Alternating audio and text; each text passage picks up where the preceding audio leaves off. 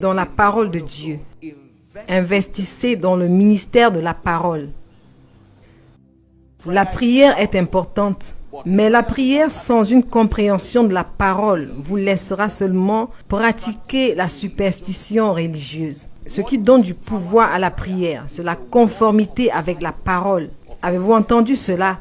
Ce qui donne du pouvoir à la prière, c'est le fait qu'elle soit basée sur les Écritures, conforme et cohérente avec la volonté de Dieu. En fait, voici comment la Bible dit. Voici l'assurance que nous avons, que si nous demandons quelque chose selon sa volonté, nous savons qu'il nous écoute. Alors, lorsque vous priez sans tenir compte de cela, quelle que soit l'énergie que vous dépensez, il y a une garantie que votre prière ne sera pas exaucée. Sommes-nous d'accord? Beaucoup de croyants prient et ne reçoivent pas de réponse parce qu'ils prient simplement émotionnellement, superstitieusement. Ils crient partout et pourtant leur prière n'est pas conforme aux Écritures. Le mode opératoire dans ce royaume, c'est la parole. La manière dont les choses se passent, c'est par la parole. La méthode de Dieu a toujours été sa parole. Sa méthode pour élever, c'est sa parole. Sa méthode pour restaurer, c'est sa parole. Sa méthode pour bénir, c'est sa parole. Dès l'instant où vous ignorez la parole de Dieu et vous essayez d'obtenir les résultats de Dieu, vous n'êtes plus un chrétien. La seule façon dont les résultats de Dieu viennent à vous, c'est quand vous vous conformez à sa parole. La Bible contient essentiellement des promesses, des principes et des prophéties. N'oubliez jamais cela. Chaque fois que vous étudiez votre Bible, vous interagissez avec ces trois réalités. Les principes, les promesses, les engagements de Dieu envers vous, les principes, le mode opératoire du royaume et les prophéties qui vous guident pour naviguer à travers la vie et la destinée. Sommes-nous ensemble? Est-ce que vous avez compris? Alors, lorsque vous ouvrez votre Bible, vous interagissez avec les promesses. La Bible les appelle des promesses infiniment grandes et précieuses. Vous interagissez avec des principes. La Bible les appelle les mystères du royaume. Matthieu 13, 11.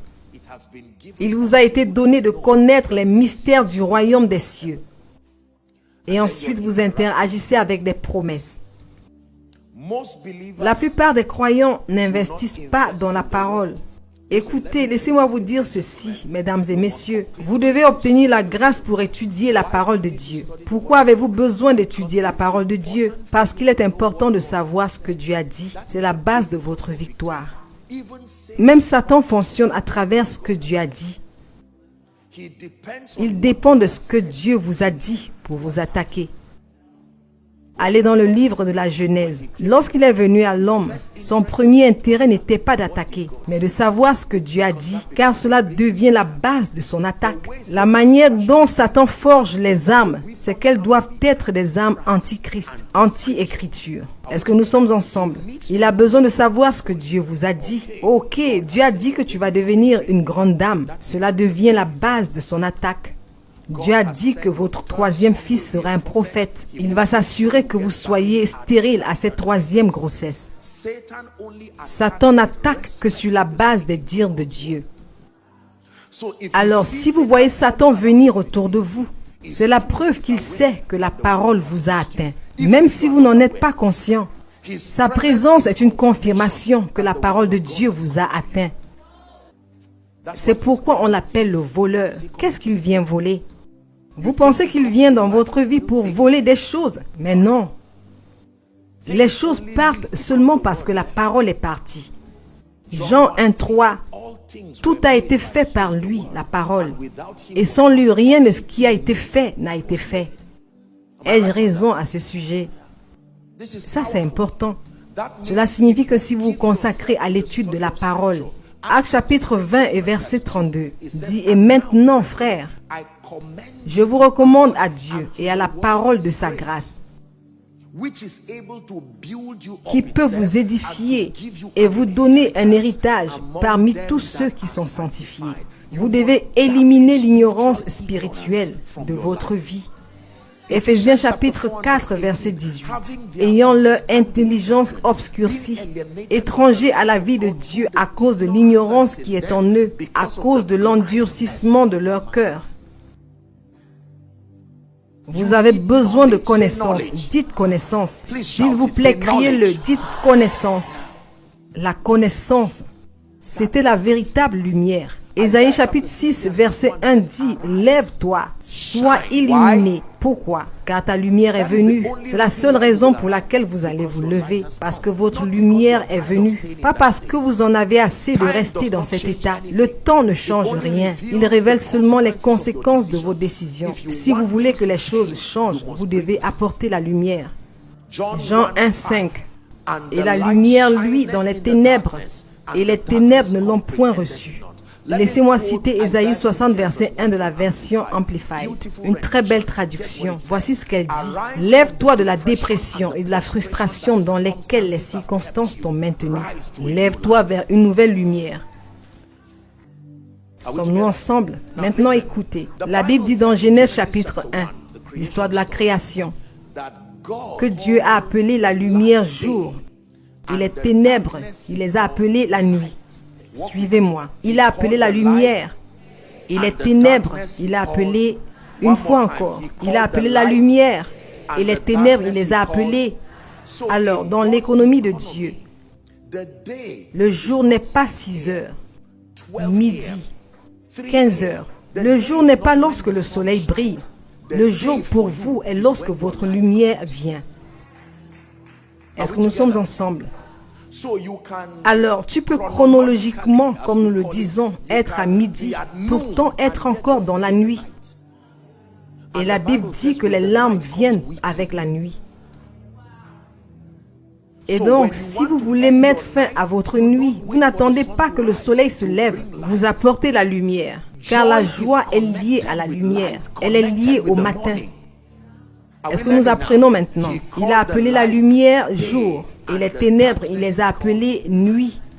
Donc, pour beaucoup d'entre nous, le soleil tel que nous le connaissons, selon la compréhension populaire, il se lève et il se couche, il se lève et il se couche. Mais dans le royaume de l'esprit, on n'a jamais vraiment eu le jour. Il a toujours été nuit, car la lumière n'est pas venue. Et pour quelqu'un, tu peux vivre dans la nuit et pourtant ton expérience est celle du jour, à cause de l'abondance de la lumière.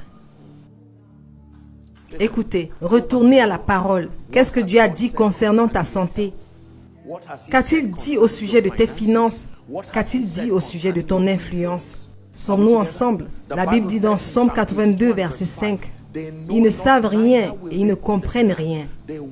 Ils marchent dans les ténèbres et tous les fondements de la terre sont ébranlés. » Le verset 6 dit, « J'ai dit, vous êtes des dieux, vous êtes tous des fils du Très-Haut. » Mais le verset 7 dit, « Vous mourrez comme des hommes et vous tomberez comme l'un des princes. » J'ai fait une alliance avec ma destinée il y a des années que je ne serai jamais ignorant de la parole. Je savais que ma vie en dépendait.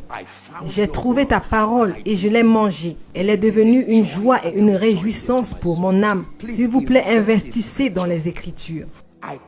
Je maudis l'esprit de paresse spirituelle. Est-ce que nous sommes ensemble? Réveillez-vous la nuit et ouvrez votre Bible. Il y a 3 façons de maximiser le ministère de la parole. Numéro 1, étudiez-la. Numéro 2, confessez-la. Numéro 3, écoutez-la. Vous devez étudier la parole. Étudiez pour vous montrer approuvé devant Dieu. Un ouvrier qui n'a pas à avoir honte, qui partage correctement la parole de Dieu. Puis vous devez l'écouter. La foi vient en écoutant. Procurez-vous du matériel. Nous vivons dans une époque où c'est si facile. Il y a toutes sortes d'appareils. Il y a des enseignements de Jésus, les confessions de foi sur la guérison, les confessions de foi sur votre destinée. Tout ce que vous avez à faire est d'aller en ligne et de les prendre. Vous n'avez pas besoin de les assembler vous-même.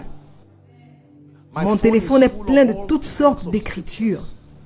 Je n'en suis peut-être pas conscient, mais cela entre dans mon esprit. Je ne l'écoute pas pour la conscience, je le transporte dans mon esprit. Est-ce que vous apprenez? Alors vous étudiez les Écritures, vous écoutez les Écritures et vous les déclarez. Ne manquez pas la partie de déclaration. Vous ne maximisez pas le ministère de la parole si vous êtes silencieux. Que les rachetés du Seigneur le disent. Que ceux qui sont guéris par le Seigneur le confessent. Que ceux qui sont bénis par le Seigneur le confessent. Que ceux qui sont grands dans le Seigneur le confessent. Que les enfants du Seigneur le confessent. Que les témoins du Seigneur le confessent. C'est important que vous le confessiez. La justice qui est de la foi parle. Elle n'est pas silencieuse. Dites-le. Dites-le, je suis béni. Dites-le, je suis oint par l'Esprit. Dites-le. Numéro 3. La troisième clé pour devenir puissant dans l'Esprit. Vous devez lutter pour l'autonomisation spirituelle. Est-ce que Dieu nous aide ce soir? Vous voulez être des témoins, vous voulez être des hommes et des femmes de stature. Ceci est le modèle apostolique qui a été transmis à l'Église. Ce n'est pas quelque chose à modifier, c'est un modèle qui ne va pas changer. Le ministère de la prière, dans toutes ses ramifications, le ministère de la parole, étudier la parole, déclarer la parole, écouter la parole, nourrir votre esprit, puis maintenant, vous venez au lieu de l'onction. Est-ce que nous sommes ensemble? Actes chapitre 10, verset 38. Comment Dieu a oint Jésus de Nazareth du Saint-Esprit et de puissance. Et la Bible dit qu'il allait partout en faisant du bien. Que quelqu'un dise « faisant du bien ». Une fois encore, faisant du bien. Il faut plus qu'un cœur gentil pour faire du bien. Il faut bien plus que de l'empathie et de la compassion pour faire le bien. Tu dois être oint pour faire le bien. Faisons du bien. Et guérissons tous ceux qui étaient opprimés par le diable. La Bible dit, car Dieu était avec lui. La prophétie messianique d'Ésaïe chapitre 61 dit, l'Esprit de l'Éternel est sur moi, car le Seigneur m'a oint. Et maintenant il commence à lister. Pour prêcher la bonne nouvelle aux pauvres. Il m'a envoyé pour panser les cœurs brisés. Regardez la catégorie de personnes pour proclamer la liberté aux captifs et l'ouverture de prison. Ceci est très intéressant. Cela signifie qu'il y a des hommes qui semblent être libres physiquement, mais dans la dimension de l'esprit, ils sont en prison. Toutes sortes de prisons. Pour ceux qui sont liés, terminons la lecture, verset 2. La Bible dit pour proclamer une année favorable du Seigneur et le jour de la vengeance de notre Dieu. Verset 3. Pour consoler tous ceux qui pleurent par l'onction. Pour donner à ceux qui pleurent à Sion par l'onction. Pour leur donner la beauté à la place des cendres. Mon Dieu. L'huile de la joie à la place du deuil. Le manteau de louange toujours par l'onction. Pour l'esprit abattu, pour qu'ils soient appelés les arbres ou les chênes de justice, la plantation du Seigneur afin qu'il soit glorifié.